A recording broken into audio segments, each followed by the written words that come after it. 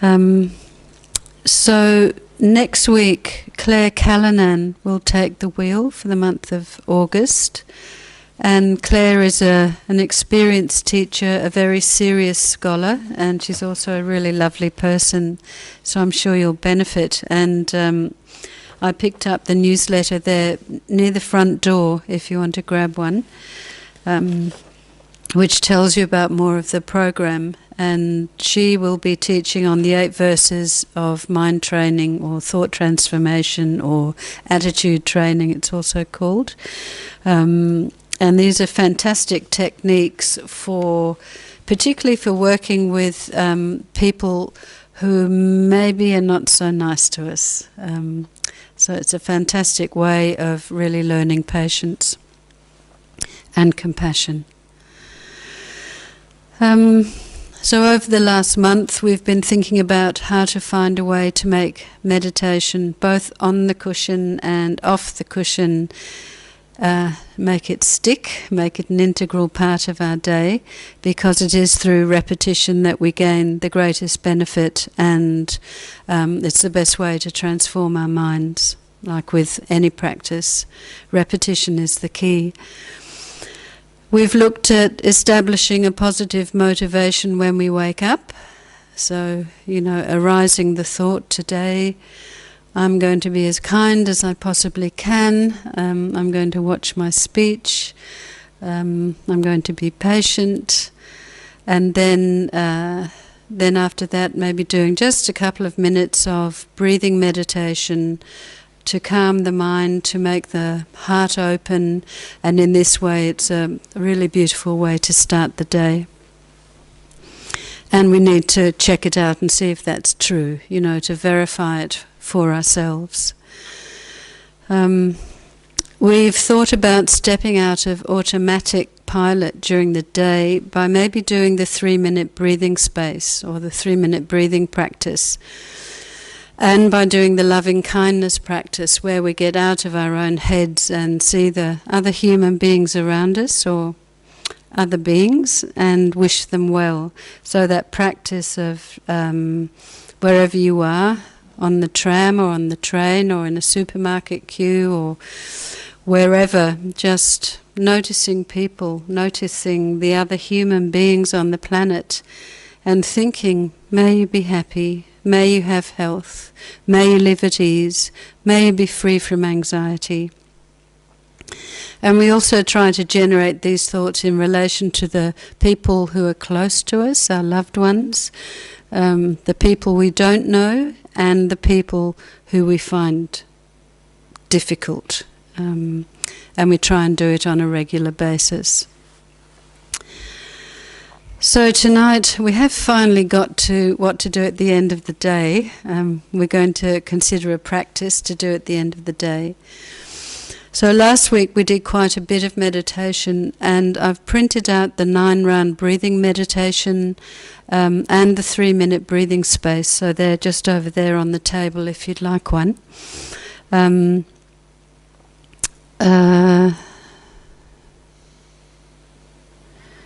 And just to remind, and it's also got information on the inner job description that somebody asked about. I don't know if that person's here, but for information on the inner job description, which is where we check our mind during the day and then review it at night. It's a very complete practice. You go to the FPMT website, the Foundation for the Preservation of the Mahayana Tradition, which is the global organisation of which TI is a part.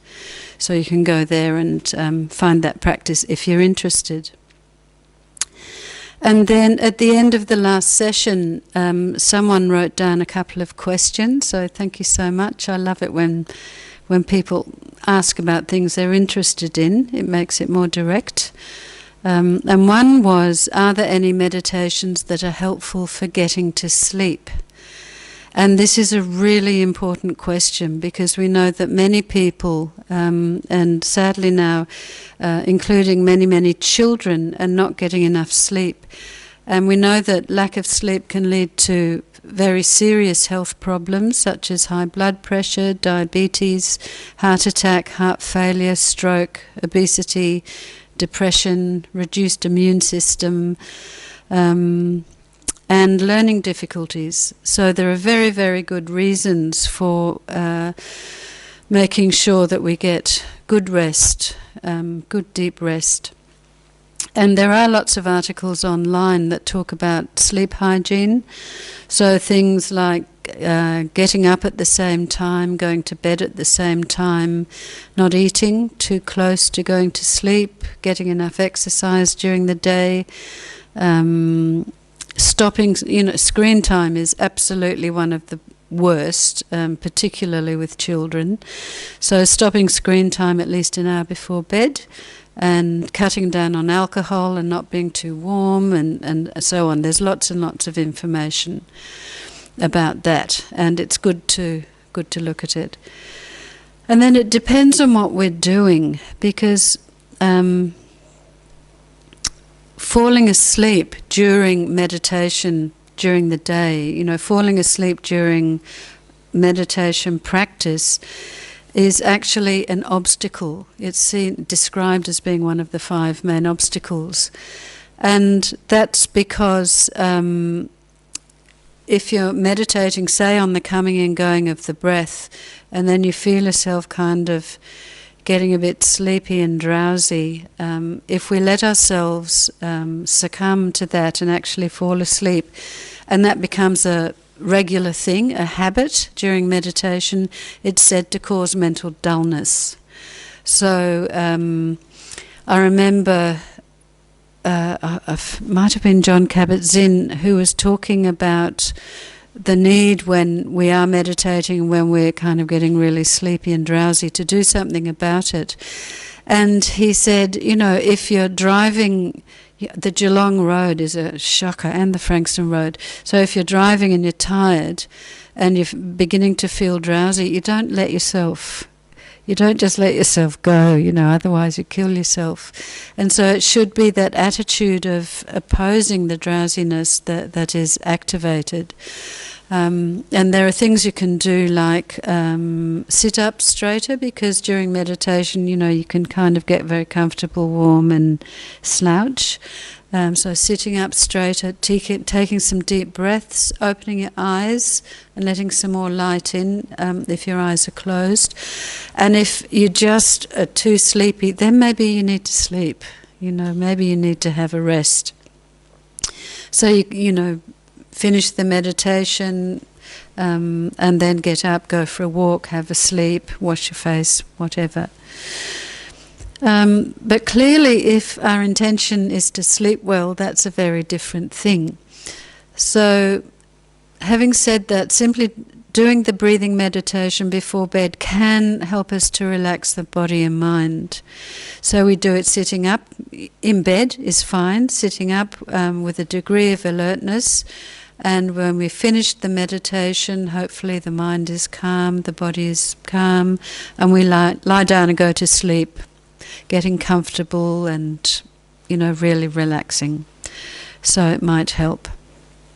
And because when we're doing the breathing meditation or any focus meditation, what we're doing is calming the mind, so allowing the mind to settle. So it can be very, very helpful.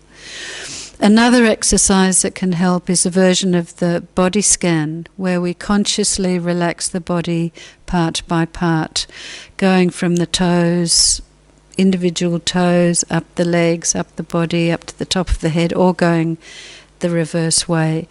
And I've added on the handouts, on one of the handouts, there are some links that will take you to specific meditations for sleep, to sites for those. So one is by Tara Brach, who's very, very good, and the other one, I can't remember.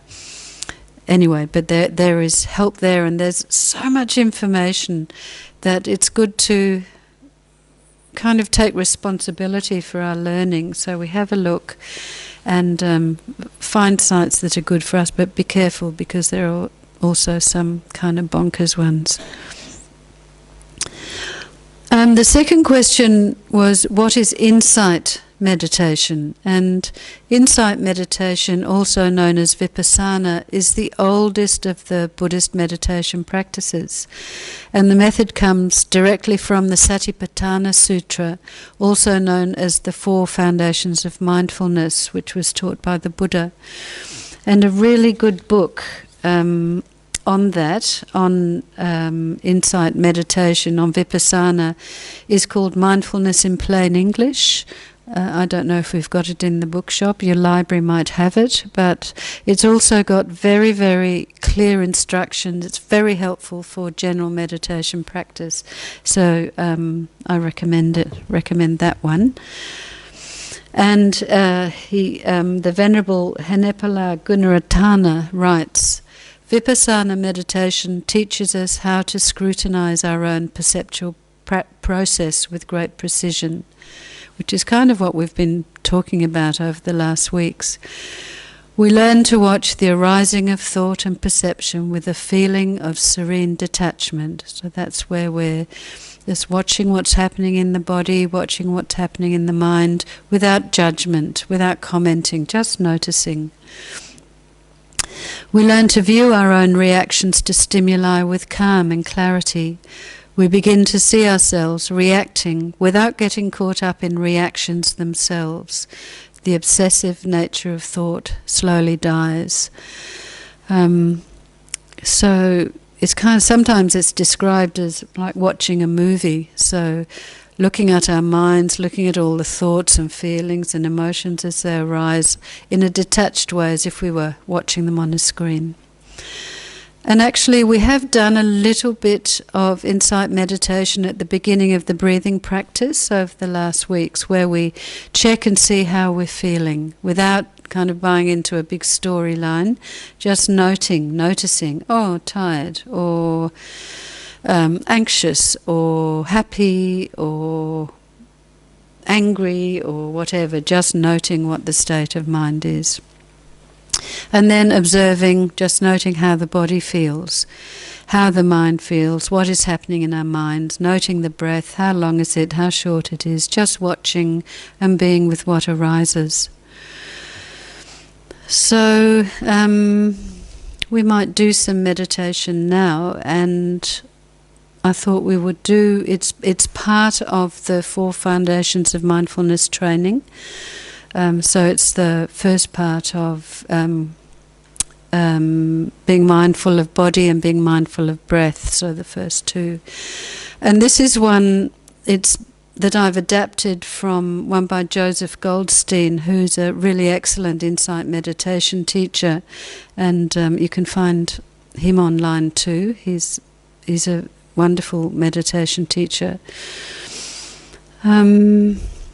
So we put our bodies in a way that's comfortable, but a straight spine is kind of the most important thing.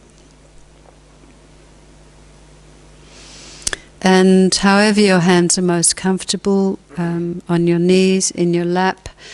In our tradition, we put the right hand on the left with the thumbs touching, and this is held in the lap. So the shoulders are even.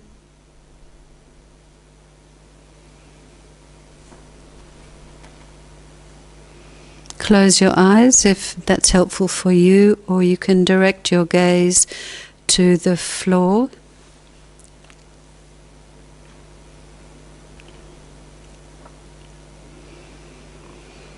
So as a way of beginning, I invite you to just feel the body sitting. We do a quick scan starting from the top of the head, going down, or starting at the feet and going up, scanning down, scanning up, and just getting a sense of feeling the body sitting, feeling the posture, settling into your seat, and kind of settling back so your back is well supported without being tense.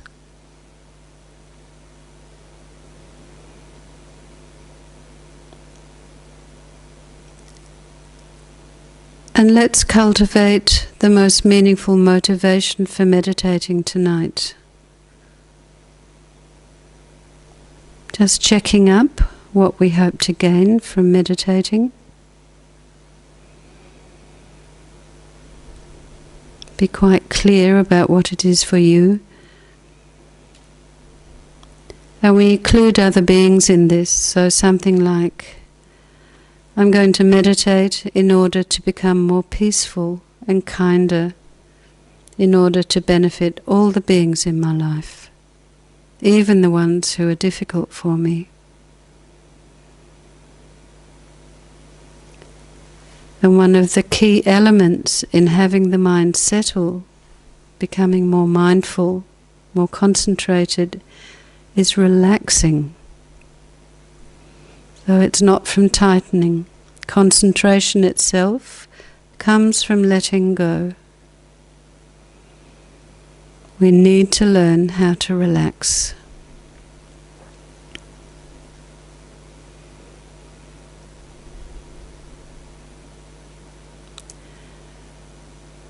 And quite importantly, and something to remember throughout the sitting, is to relax the eyes. As often we unnecessarily tense the eyes in an effort to be mindful, kind of frowning a little bit, so just check. And just for a moment experience a softening of the eyes, relaxing all the little muscles around the eyes. And we try and remember to check in with that through the sitting, just rechecking that we haven't started frowning again.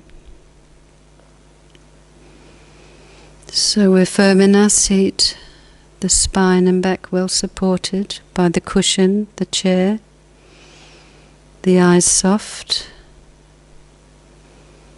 Now soften the jaw so we're not clenching in any way. Soften the throat and the shoulders, soften the chest. Relaxed and aware in this place of relative relaxation and at ease.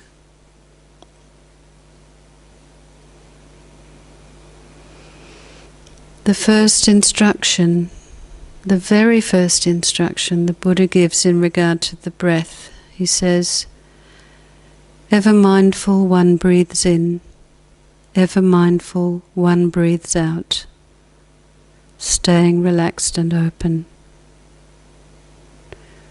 Ever mindful one breathes in, ever mindful one breathes out. Keeping it that simple.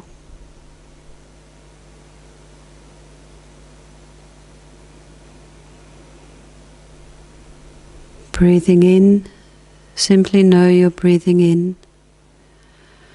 Breathing out, simply know you're breathing out. No forcing, no hurrying of the breath. Let it come in its own time, its own rhythm.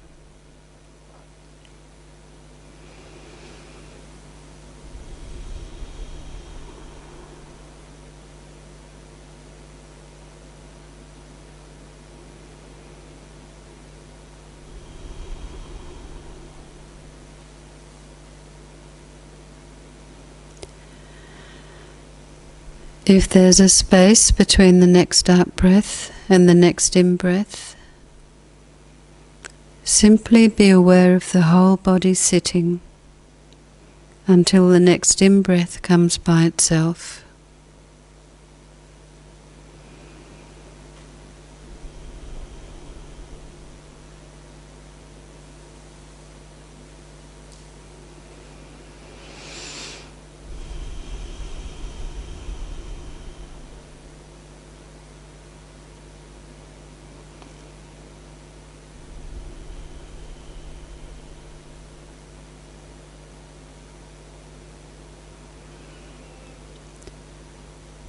Breathing is the most natural process in the world, so we can relax into it, just as it is.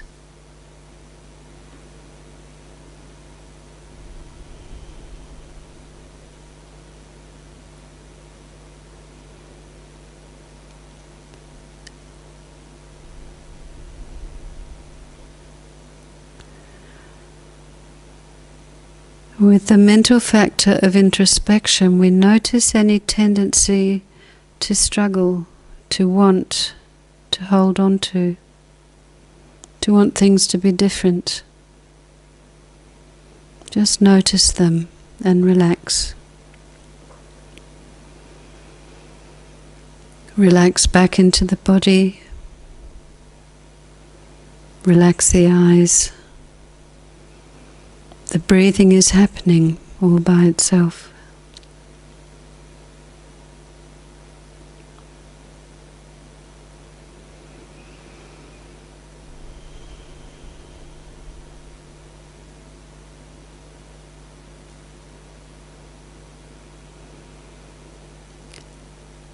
It's simply to be aware, to be mindful.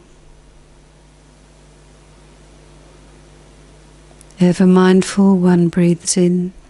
Ever mindful, one breathes out.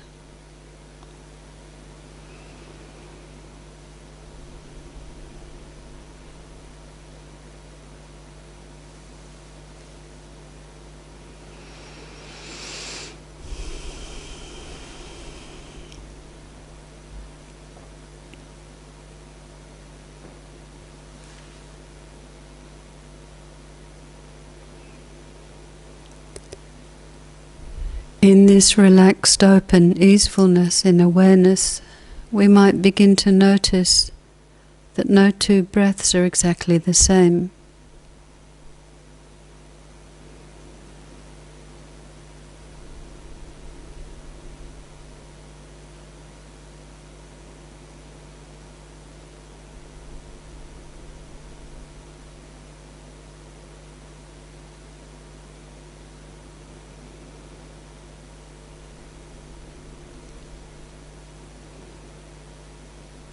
Relaxing the eyes, the throat, relaxing the heart and the belly, and the breath is coming and going. And we notice the breathing from the beginning of the breath through the middle where there is a pause to the end of the breath.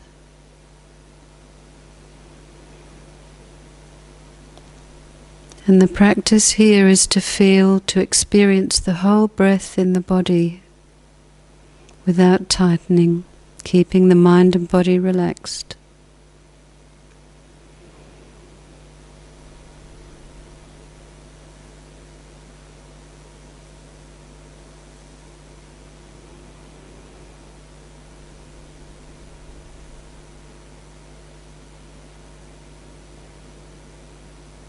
And simply being mindful of breathing in and mindful of breathing out.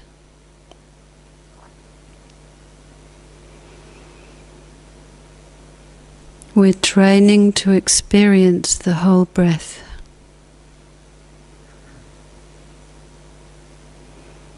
Can we do this with the mind and heart relaxed, settled back and open? Simply letting the breath appear as it does, without trying.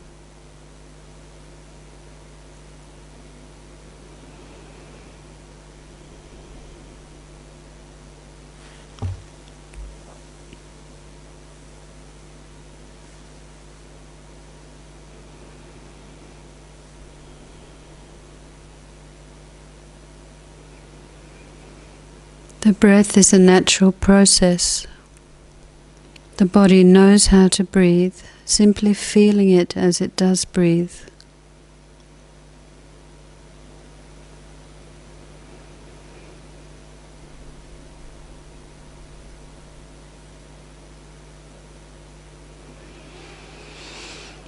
And the Buddha instructed, one trains thus: I shall breathe in, calming the body.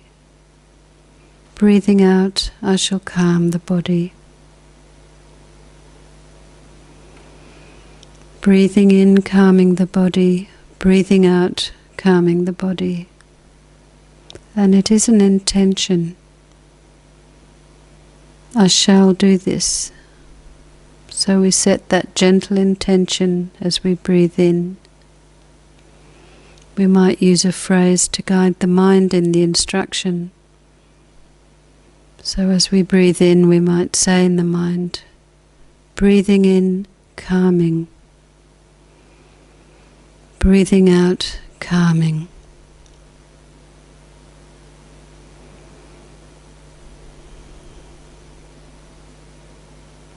Simply to use the word calm. Calm the body, calm the breath, and notice what happens as you do this.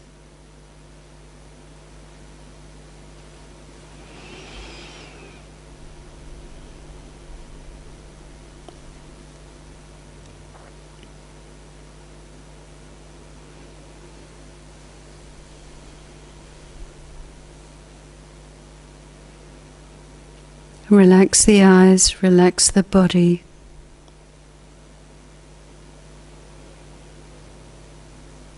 Breathing in calm, breathing out calm.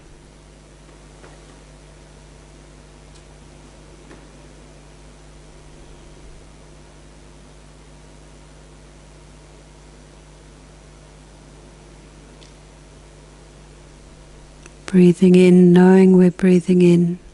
Breathing out, knowing we're breathing out.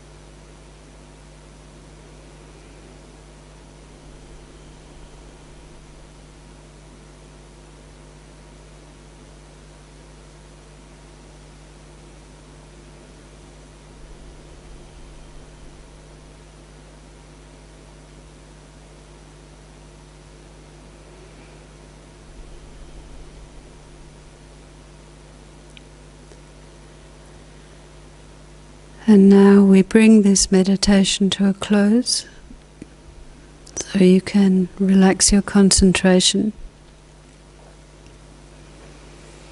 Bring your mind back to the room, and if you need to have a stretch, have a good stretch.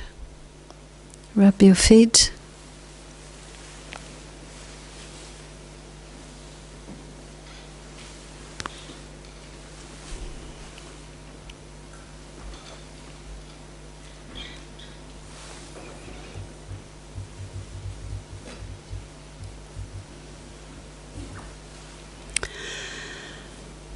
So do you remember in the first session, someone asked a fantastic question, I'm paraphrasing, that even if we made a strong motivation at the beginning of the day to be patient and kind, and then, an hour goes by and we forget and lose it and maybe speak unkindly to somebody, how do we then work with the associated feeling terrible about it and subsequent downward spiral into feelings of shame and so on? So such a good question.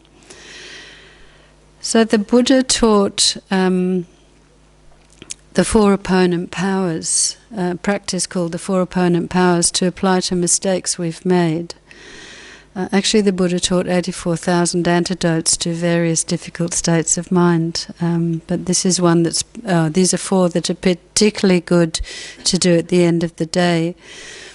So when we've made a mistake about anything, rather than getting stuck in feelings of guilt, which are completely unhelpful and unkind and don't change anything, it's a contemplation that can help us to move on. So, for example, we might think of a time when we were less than skillful, when we did something that hurt or upset somebody, that we feel badly about. And it might be something that happened recently, or could be something that happened a long time ago. And when we're working with difficult states of mind, and particularly states of mind related to actions that we feel guilty about or that we feel really bad about, it's wiser in the beginning not to work with something too traumatic, with something that's catastrophic, but we need to think more about a kind of a 3 out of 10 difficulty. And Tenzin Palmo, who's an English woman who became a nun in the Tibetan tradition, she did 12 years of solitary retreat in a cave. She's a fantastic teacher. So I saw this little bit from her on Facebook last week. And she said, when you want to climb Everest, you start on small little hills first, right? You learn how to climb, and as you learn how to climb, gradually you start to approach higher, more challenging mountains. You don't start with Everest number 1. So if you've learnt how to deal with small, difficult emotions which come up, that gives us confidence, and gradually we learn how to deal with the more difficult, powerful ones. The mind has to be trained. The whole of Buddhist practice is about training, and as with any training, you start small and then you build up, and then you develop the confidence that you can actually do it. And eventually, so that we can deal with, the really big difficulties, the big sadnesses in our life. So at the end of the day, before bed, we look back on the day, and if we have done something to upset somebody else, or caused a problem at work, or created a problem in our families, if it's something that's recent, or if we have a memory from something long ago that remains unresolved, then the first power is the power of, it's called the power of remorse. And we look carefully and clearly at what we've done, and just simply accept that we've done it, accept our part in it. So we take responsibility and own up to it. Then we look carefully to understand the consequences as clearly as we can. So seeing that somebody was hurt, and maybe trying to understand the nature of that hurt. So we try to generate from the heart genuine remorse for having made the mistake.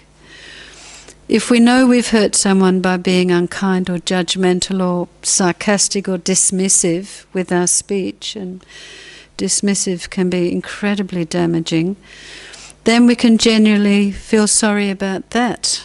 I wish I hadn't said that. And we think about how the person on the other end heard what we said. Sometimes we say things, but we don't think about how these things might be heard. And people hear things incredibly differently. One person will hear it as a criticism, another person will hear it as a statement of fact. So really trying to think about how that person has heard what we said. Really we don't know. But it's about having empathy and sitting in their skin and not thinking, not having that mind, that really hard mind of, well, they deserved it. Because no one deserves it. No one deserves to be hurt. I don't like it. And the kind of balance here is to look at these things, to look at our own responsibility, to look at how we've affected somebody without beating ourselves up. So without being aggressive to ourselves, but rather looking at these things with some kind of clarity, some clear seeing, being honest. So that's the first power, the power of remorse or regret. The second power is called the power of reliance, and Thupten Jodhan calls it restoring the relationship. So this is where we try to cultivate the mind of compassion towards the people or the person that we've hurt. And this is the sincere wish for them not to hurt anymore. So we're trying in our mind's eye to think about healing our relationship with them. And my dear friend, Venerable Carolyn Lawler, I don't know if any of you remember her, she used to work here, and she used to talk about hauling open the iron gates of our hearts, because they can stay closed. But can we really wish that the person we may have hurt can stop hurting and feel better? And is there something that we can do to help with that? If there is, then we do it. We might say sorry, if that's possible. If it's not possible to do it face to face because of circumstances, or the person is no longer alive even, then we might visualize that, imagine what that conversation will be like.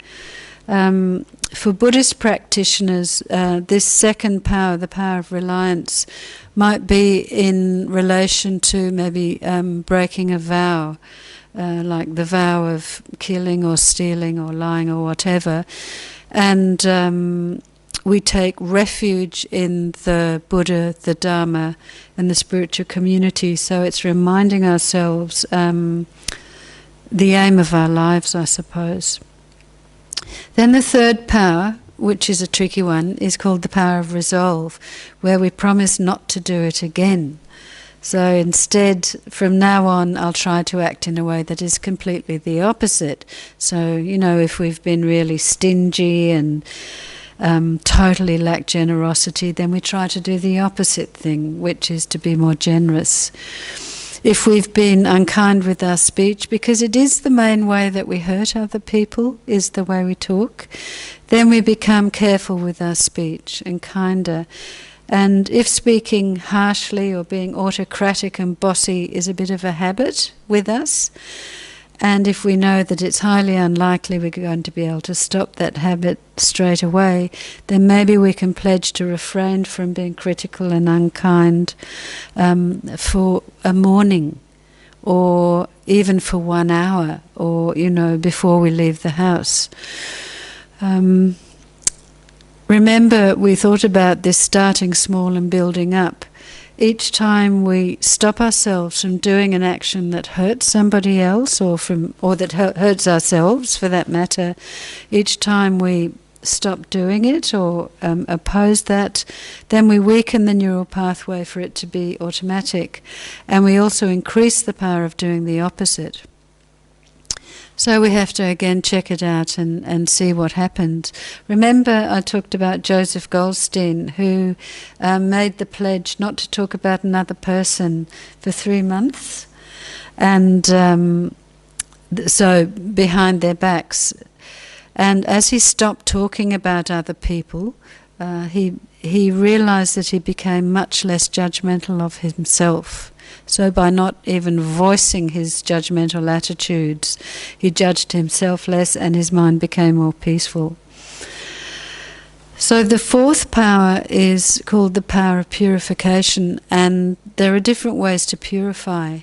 So if you're so inclined, then saying prayers from your own spiritual tradition can help. And in Buddhism there are many, many, many, many practices for purification. If you don't hold to any religious tradition, then there are universal practices where, for example, we visualize white light and nectar coming down through the crown of our heads, completely getting rid of any unhelpful, difficult feelings associated with difficult action or speech. And the thing is kind of using the power of our imagination, where we try to feel that that negativity has completely evaporated and disappears completely, and we feel completely free of it, and then experience a sense of relief and relaxation. And it's quite important to become familiar with that feeling of it's okay, the feeling of okayness. So releasing ourselves from the burden of guilt is important. It's really important, as is cultivating forgiveness for others. And there is profound logic in the wisdom of forgiveness, and that's a whole other topic. So then at the end of the practice we dedicate our efforts, and this dedication, you might have noticed at the end of each session we dedicate any kind of energy any positive energy that's arisen because of our effort in trying to transform the mind. And Geshe Doga says it's like putting our positive efforts in the bank. So when you dedicate, these can't be destroyed in any way. So I think we might finish up with the white light healing meditation, if you're happy with that. Yeah? Okay. So when we do this meditation, what we're going to try and do is to use a particular memory or of something recent that we don't feel very comfortable about. And again, nothing that's too difficult, and we try to bring that to mind very, very clearly. So you can also use this practice. It's a fantastic healing practice. So you can use it for healing sickness, or for healing emotional or mental disturbances or habits or mental confusion. So it's a very useful practice, and it's one that Geshe Doga recommends. Okay, so again, if you need to have a stretch before we sit again, that's good. Or if you're really uncomfortable, please, there are lots of chairs. Okay. So we put our body in the most comfortable and conducive position for meditation. And actually sitting in a upright posture like this, it's the posture that the Buddha was sitting in when he became awakened. And it reflects what we're doing with our minds. So just for a moment, checking the body again.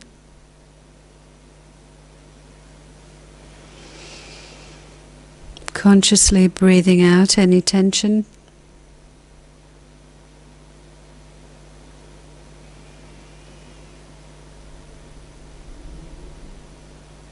Keeping the mind alert and awake.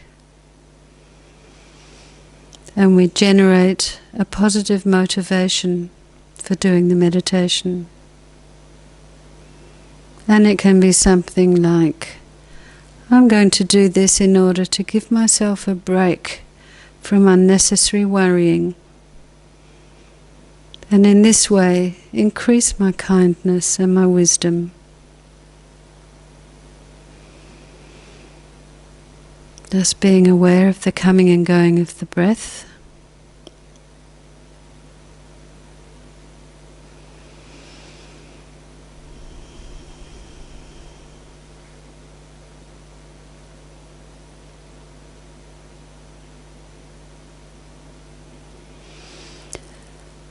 And now bring to mind something you've done that you feel sorry about. And again, it can be something that happened recently, or something that happened a long time ago.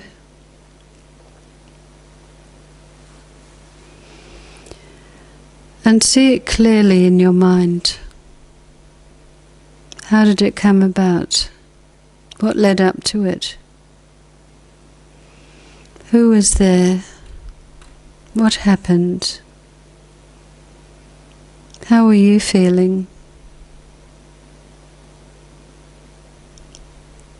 How was the other person or the other people feeling?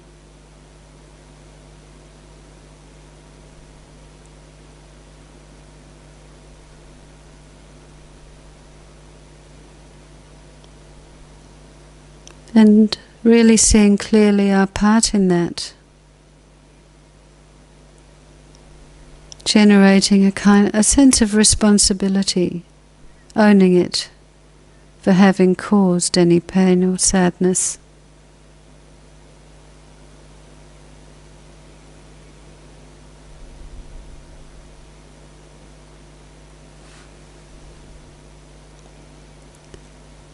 And now we imagine above the crown of our heads a light that represents all of the good energy and positive qualities that exist in the universe. If you can accept the existence of enlightened beings, then these are the qualities within their minds. Perfect, unconditional love for all beings. Universal compassion. Wisdom that understands the way things are and is completely unconfused.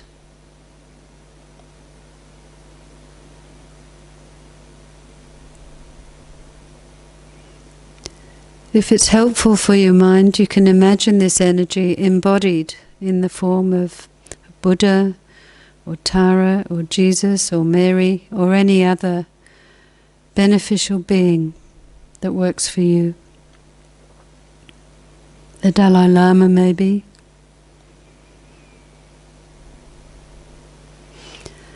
And we imagine that as we breathe in, this very pure and beautiful light streams down into us, and we think of it as white in colour,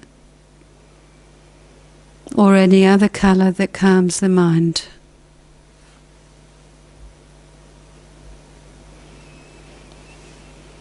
As the light pours into us through the crown of our heads, it brings courage, being without any fear, especially in regard to helping others. No matter what has to be done to help others, being very skillful in knowing how to help each person according to their mind and their need.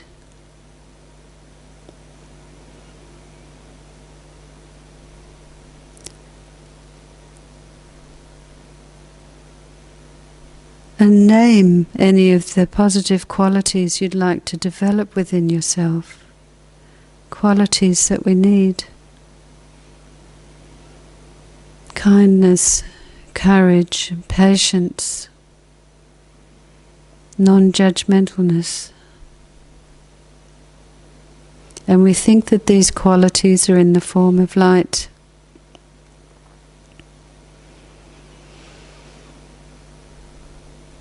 And each time we breathe in, this light flows into our bodies. And it flows to all the parts of our bodies, going all the way down to our toes, our fingertips, filling every tiny part, down to the cells, the atoms, subatomic particles. Now just spend a few moments breathing in the white light, letting it fill your body.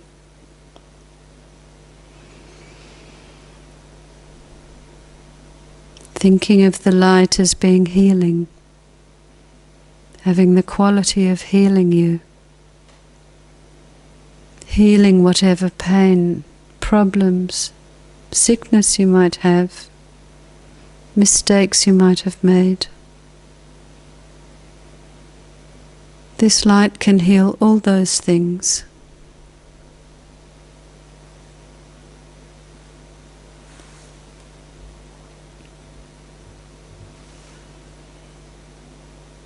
And we have a feeling that this is really happening, that there really is blissful, clear light coming into us and filling us.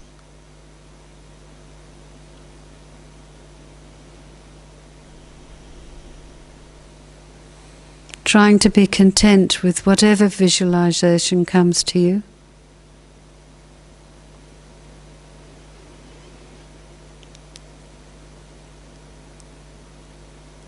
Your body becomes very light and clear and relaxed.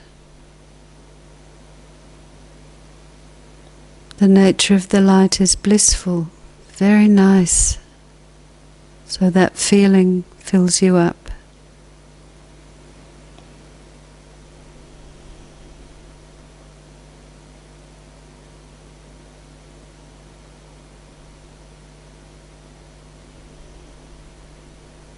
We continue to visualize this white light flowing down through the crown of our heads, filling our bodies as we inhale, And our bodies and minds become more and more clear and pure and blissful, totally free of any problems and negativities, totally free of any mistakes.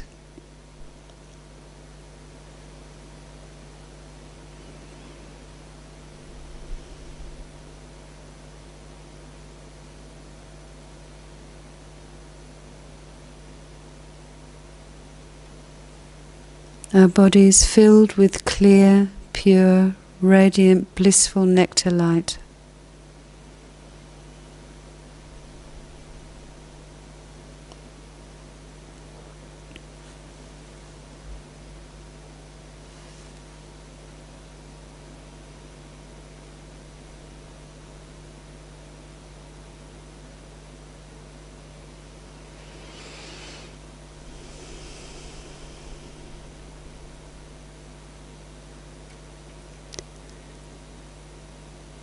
And to conclude the meditation, we dedicate the effort that we've put into meditating and any positive energy that's been generated to benefit not just ourselves, but the people we might have hurt and as many other beings as possible. May it bring greater peace, happiness, clarity, positive energy and freedom from suffering and problems for as many other beings as possible.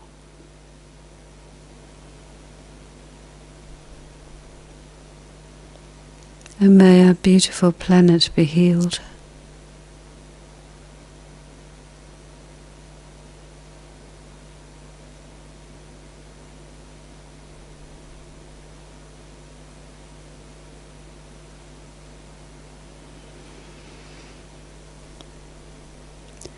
And in your own time, when you're ready, you can relax your concentration.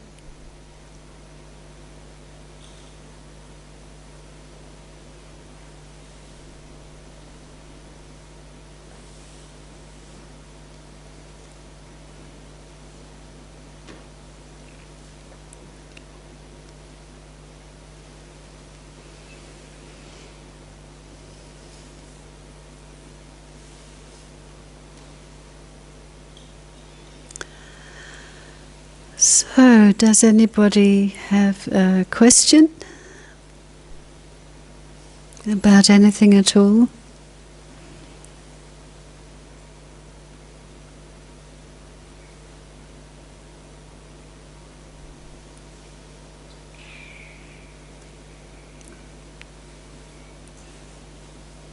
Okay. So, thank you very much. And I hope you have a good week and a good rest of the year. Stay safe, look after each other. Okay, thank you so much.